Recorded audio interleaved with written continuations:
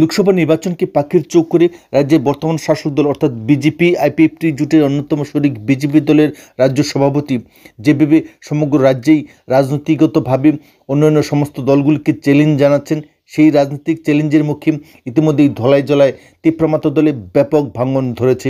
ধলাই জেলা সফরকালে বিজেপি রাজ্য সভাপতি রাজীব ভট্টাচার্যের হাত ধরে 1000-এরও বেশি তীব্রমাত্রা সমর্থক বিজেপি দলে সামিল হয়েছে।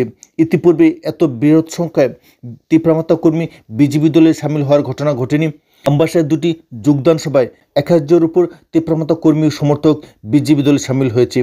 লোকসভা নির্বাচনের প্রাক্কালে তীব্রমাত্রা সুপ্রিম প্রদ্যুৎ কিশোর দেববর্মন যখন রাজ্যের বাইরে অবস্থান করছেন, সেই সুযোগটুকুকে কাজে লেগে বিজেপি দলের হাই প্রোফাইল নেতৃত্বরা সমগ্র রাজ্যে চষে বেড়াচ্ছেন এবং তীব্রমাত্রার সাধারণ স্তরের কর্মীদের এবং নেতৃত্বদের নিজেদের দলে টেনে আনতে সক্ষম হচ্ছেন, যার ফলশ্রুতিতে পাহাড়ি তীব্রমাত্রা শক্তি ক্রমশই দুর্বল হচ্ছে এবং অনেক রাজনৈতিক সমালোচক বলছেন যে পাহাড়ে আজ তীব্রমাত্রা দুর্বল ঘোড়ায় পরিণত হয়েছে।